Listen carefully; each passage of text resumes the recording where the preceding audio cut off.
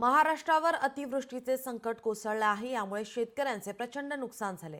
राज्य सरकारमधील मंत्री बुधवारपासून पूरग्रस्त भागात दौऱ्यावर आहेत, मात्र सरकारने जाहीर केलेली मदत पुरेशी नसून यामुळे शेतकरी वर्ग नाराज आहे। उपमुख्यमंत्री अजित पवार बुधवारी धाराशिव दौऱ्यावर होते। या दौऱ्यात तरुणाच्या कर्जमाफीच्या प्रश्नावर अजित पवार भडकले। सगळी सोंग करता येतात, पैशांचा सोंग करता येत नाही असं पवार म्हणाले होते। या वक्तव्यावरून खासदार संजय राऊत यांनी अजित पवारांवर संताप व्यक्त केलाय। तिथे पाणी सोडावं लागलं।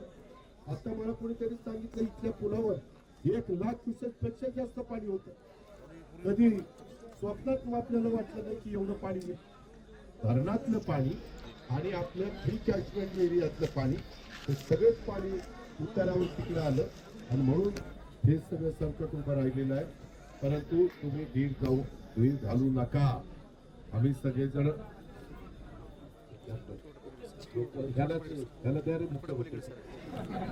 आम्हाला कळतंय ना, आम्ही काही तो गोटे खेळायला आलोय।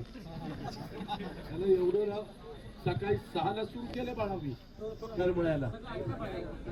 म्हणजे जे काम करतं ना त्याचीच मारा बघा ना। आता एवढं जीव तोडून चालतोय, अजून पण एका ठिकाणी जायचंय।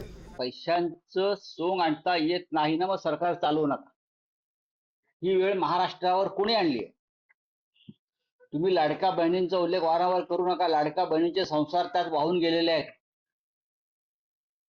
पैशाचं सोंग आणता येत नाही ही महाराष्ट्राच्या राज्यकर्त्यांना बोलण्याची वेळ यांच्या दरोडेखोरीमुळे आलेली आहे। हे जर त्यांना माहिती आहे तर ज्याप्रमाणे ते सोंग करून उपकार केल्याच्या आवेशामध्ये सांगतात लाडक्या बहिणीबद्दल, तर मला त्यांना सांगायचं की मी तुम्हाला मार्ग पण दाखवतोय।